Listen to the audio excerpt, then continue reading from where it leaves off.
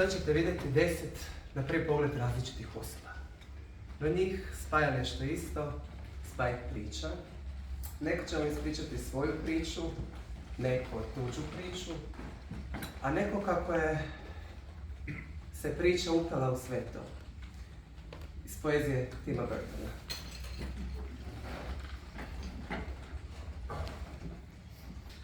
Buljoka. Jednom sam znao djevojku što gledala me u oči pravo. Gledala je u bilo koga i bilo što. I nije ju bilo briga za to. Gledala bi u pod, gledala u zrak.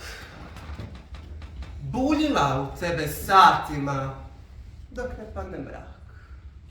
No, nakon što je osvojila prvo mjesto na lokalnom natjecanju u buljenju, napokon je dala svojim očima odmor kakav zaslužuje.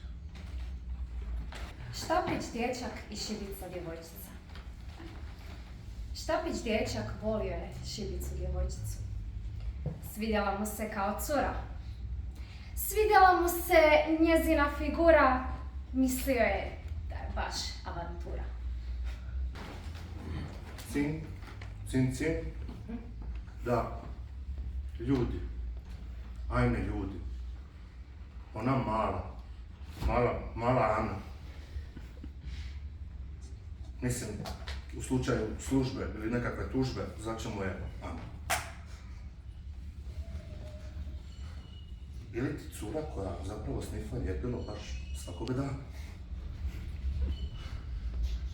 I kako ja znam zapravo što se događa, šta je na stvari?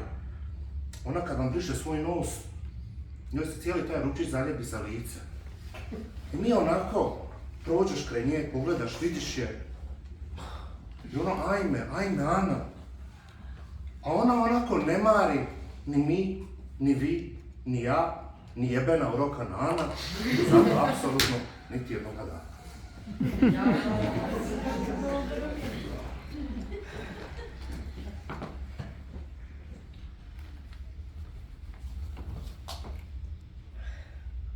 Kraljica pribadača. Život nije lagan za kraljicu pribadača. Svaki put kad je sjedila na svom prijestolju, pribadača bi probušila joj utrobu. Vudu vila. Njena koža je poput bijele tkanine i sva je sašivena.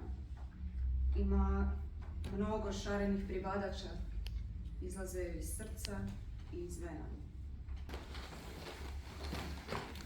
Buljoka. Jednom sam znao djevojku što gledala me u oči pravo.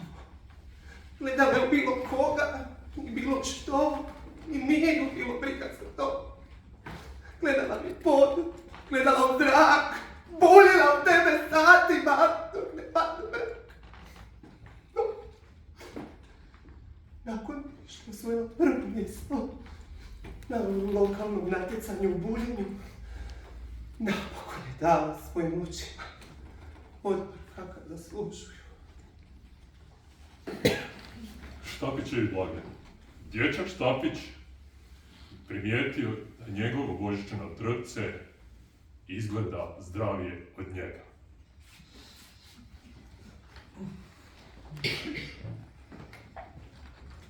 Dječak sa čavlama u očima.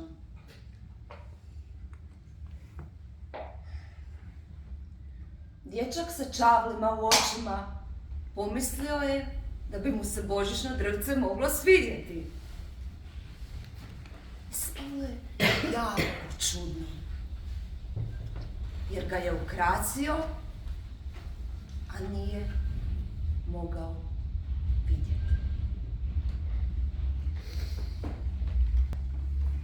Smećarka. Bila je jednom jedna cura, napravljena od smeća. Bila je jako prljavi stvor i smrdila je kao tvor. Bila je nesretna jako i nikako pronaći svoju sreću. Sigurno je to bilo zato što je živjela u tolikom smeću. A jedina svijetla točka priče ove je dečko zvan Petar. On je bio jako poznati i dobar smetlar. I toliko ju je volio, joj toliko volio jako, čak da ju je jednog dana i pitao za brak. A ona, umjesto da je van sreće, skočila je ravno u kantu za smeće.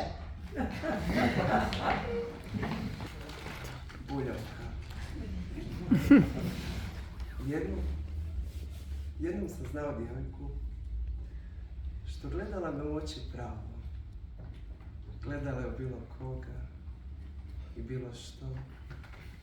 Nije ju bilo briga za to. Gledala bi u pod, gledala u zrak, buljila u tebe satima dok ne padne mrak. No, tako što je osvojila prvo mjesto na lokalnom natjecanju u buljenju, napokon je dala svojim očima odmor.